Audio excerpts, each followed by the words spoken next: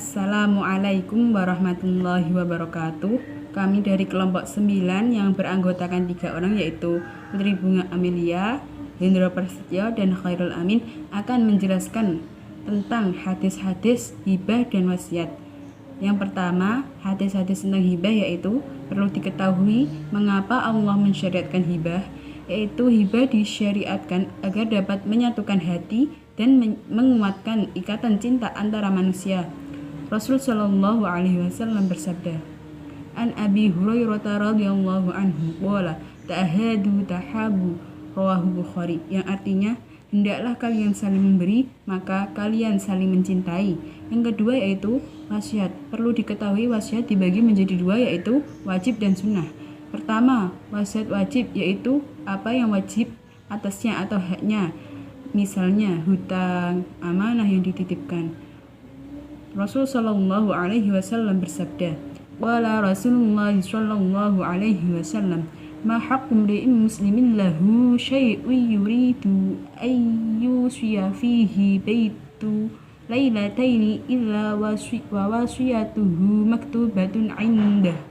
Artinya, Rasul Shallallahu Alaihi Wasallam bersabda, tidak ada seorang muslim yang memiliki sesuatu ia ingin berwasiat padanya yang tertahan 2 malam kecuali wasiatnya ditulis di sisinya. Hadis riwayat Bukhari, Muslim juz 3 halaman 186. Yang kedua yaitu wasiat sunnah, yaitu semata-mata berbuat baik, misalnya dalam bidang sosial berupa sedekah fakir miskin, pembangunan masjid, dan sebagainya. Rasul Shallallahu Alaihi Wasallam bersabda, Qala Rasulullah Shallallahu Alaihi Wasallam, Innallaha azza wa jalla a'takum 'inda wafatikum tulat amwalikum ziyatan fi a'malikum. Yang artinya, Rasul bersabda, sesungguhnya Allah memberikan kepadamu saat wafatmu 1/3 dari hartamu sebagai tambahan amal ibadah. Selanjutnya saya akan melanjutkan dari materi sebelumnya mengenai hibah.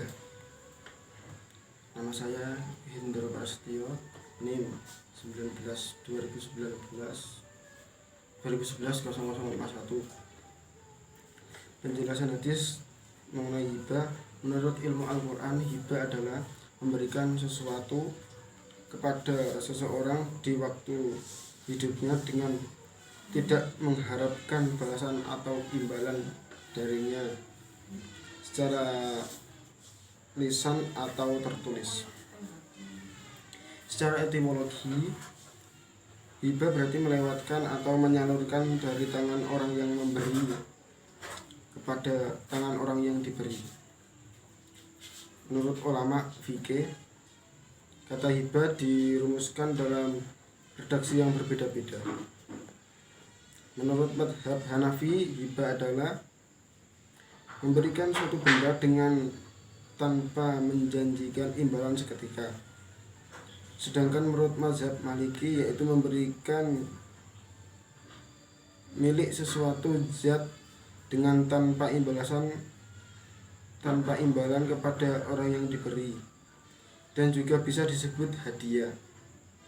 Mazhab Syafi'i menyatakan bahwa hibah adalah memberikan milik secara sadar sewaktu hidup.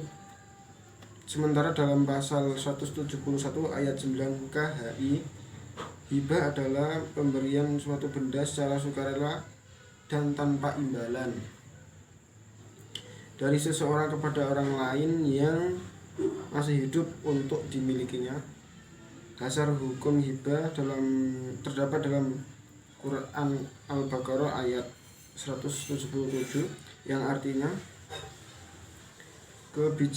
kebajikan itu bukanlah menghadapkan wajahmu ke arah timur dan ke barat, tetapi kebajikan itu ialah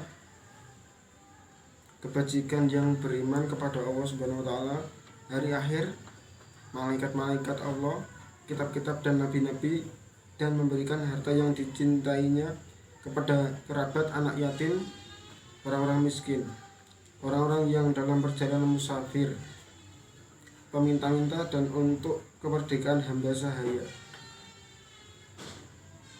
yang melaksanakan sholat dan menunaikan zakat. Orang-orang yang menepati janji apabila berjanji, dan orang yang sabar dalam kemelaratan, penderitaan, dan kesengsaraan. Mereka itulah orang-orang yang benar, dan mereka itulah orang-orang yang bertakwa. Rukun hibah menurut jumhur ulama: pertama, orang yang memberi al-wahib, orang yang diberi al-mauhub lah, benda yang diberikan al-mauhub. 4. Sigot atau ijab kabul. Terima kasih. Saya akan menjelaskan tentang wasiat. Wasiat di sini adalah pemberian seseorang kepada orang lain, baik berupa barang, piutang, atau manfaat untuk dimiliki orang yang diberi wasiat sesudah orang yang diberi wasiat meninggal dunia. Ayat ini yang menjelaskan tentang wasiat yaitu Bismillahirrahmanirrahim. Kutiba alaikum idza hadara ahadakumul mautu in taraka khairul wasiyatul walidaini wal aqrabi bil ma'rufi haqqan 'alal muttaqin wa man badlahu ba'daha sab'atan fa inna ismahu 'alal ladina yubadaluna innallaha sami'un 'alim. Faman haraka min mausi jannafan aw isma fadlaha bainahum fala isma alaihi innallaha ghafurur rahim. Diwajibkan atas kalian apabila seorang di antara kalian kedatangan tanda-tanda maut, jika ia meninggalkan harta yang banyak, berwasiatlah untuk ibu, bapak, dan kerabatnya secara makruh. Ini adalah kewajiban atas orang yang bertakwa. Maka barang siapa yang mengubah wasiat itu setelah ia mendengarnya, maka sesungguhnya dosanya adalah bagi orang yang mengubahnya. Sesungguhnya Allah Maha Mendengar lagi Maha Mengetahui. Akan tetapi siapa khawatir terhadap orang yang berwasiat itu berlaku hal sebelah atau dosa, lalu ia mendamaikan antara mereka, maka tidaklah ada dosa baginya. Sesungguhnya Allah Maha Pengampun lagi Maha Penyayang. Ayat-ayat mulia ini mengandung perintah berwasiat buat kedua orang tua dan kaum kerabat. Maka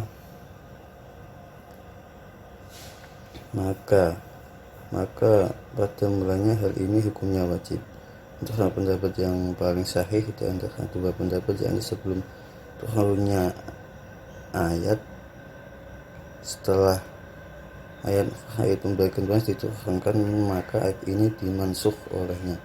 Dengan demikian, sejak diturunkannya ayat ini, maka bagian-bagian yang telah ditentukan merupakan hukum fardu dari Allah yang harus dilaksanakan oleh yang bersangkutan dengan tegas tanpa melalui proses wasiat lagi. Hukum-hukum bagian ini tidak mengandung perhatian dari pihak orang yang berwasiat. Rukun wasiat yaitu ada 4. 1. Orang yang memberikan wasiat al-musi, dan yang menerima wasiat al-musalah, harta yang diwasiatkan al-musabih, dan lafal ijab qabul sigot. Itu saja yang bisa saya jelaskan. Kurang lebihnya mohon maaf. Wassalamualaikum warahmatullahi wabarakatuh.